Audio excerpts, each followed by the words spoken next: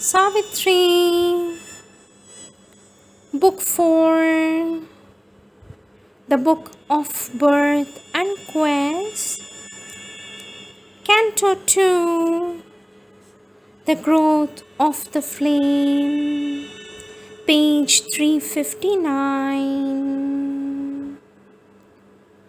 A land of mountains and wide sun-beat plains and giant rivers pacing to vast seas, a field of creation and spiritual hush, silence swallowing life's axe into the deeps of thought's transcendent climb and heavenward leap, a brooding world of reverie and trance filled with the mightiest works of God and man, where nature seemed a dream of the divine, and beauty and grace and grandeur had their home, harbored the childhood of the incarnate flame.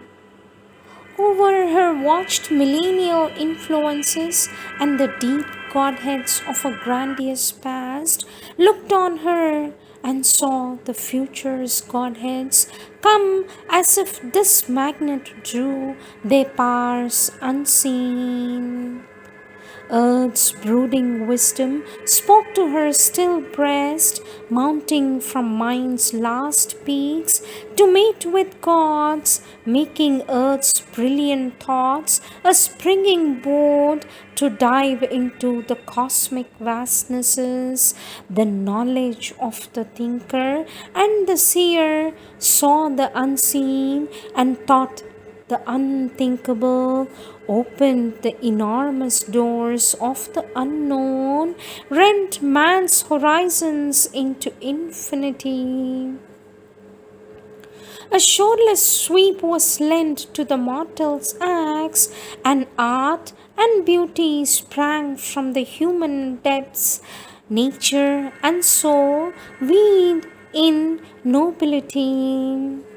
Ethics, the human keyed to imitate heaven, the harmony of a rich culture's tones refined the sense and magnified its reach to hear the unheard and glimpse the invisible, and taught the soul to soar beyond things known, inspiring life to greaten and break its bounds, aspiring to the immortal's unseen world.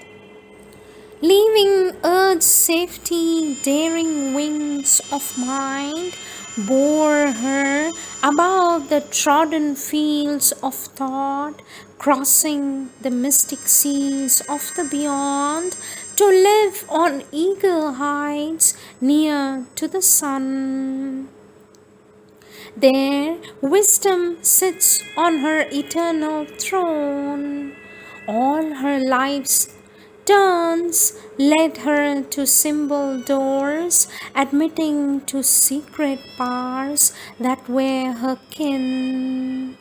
Adept of truth, initiate of bliss, a mystic acolyte trained in nature's school, aware of the marvel of created things, she laid the secrecies of her heart's deep muse upon the altar of the wonderful.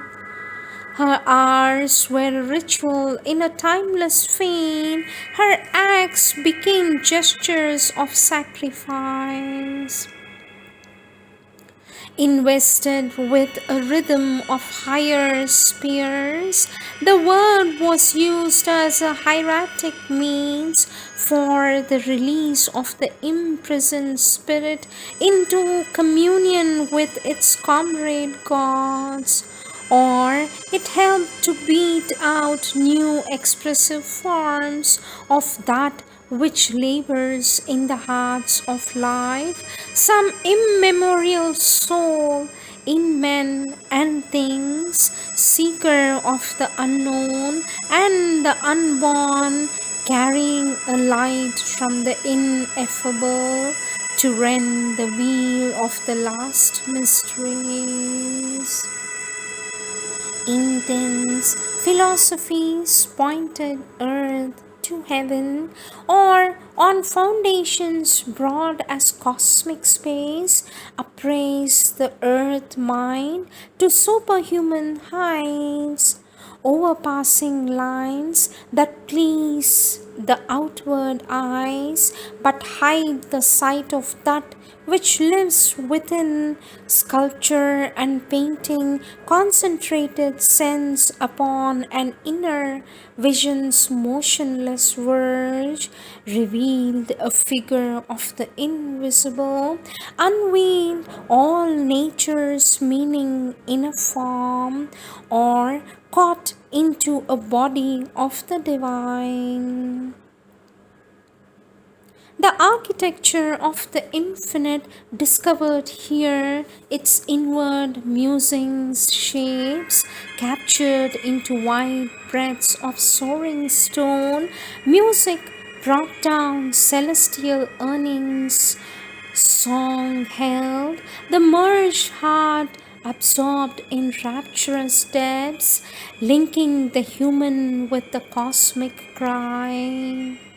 The world interpreting moments of the dance, molded idea and mood to a rhythmic sway and posture, crafts minute in subtle lines, eternized a swift moment's memory, or showed in a carving sweep a cup's design, the underlying patterns of the unseen.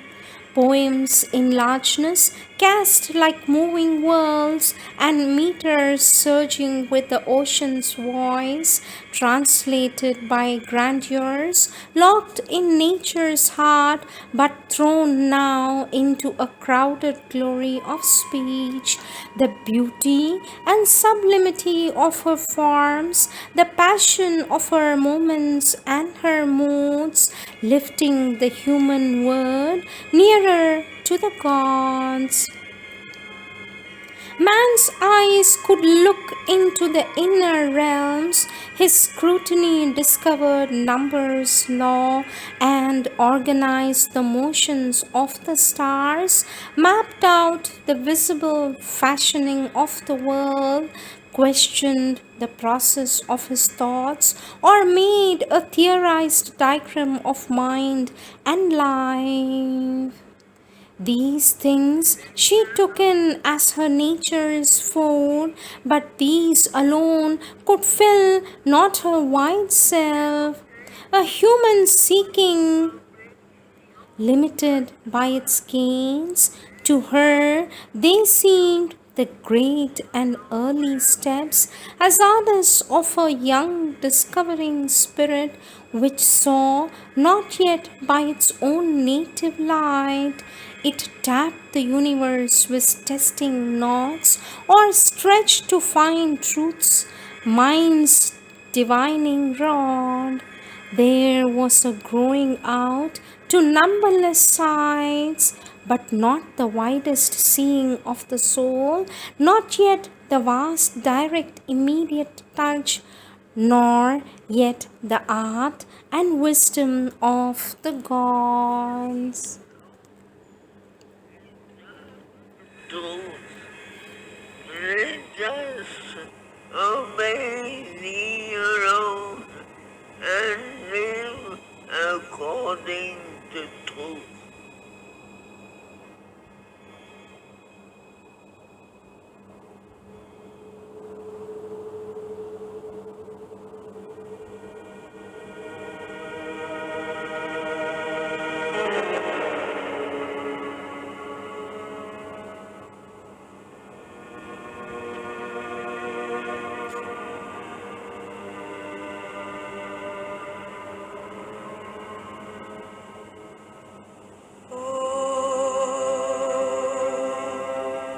यतो वा इमानि भूतानि जायन्ते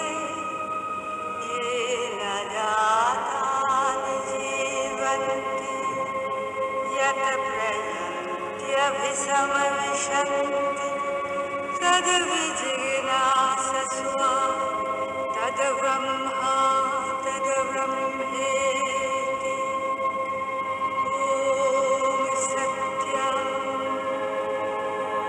ॐ शान्तं शिवमद्वैतम्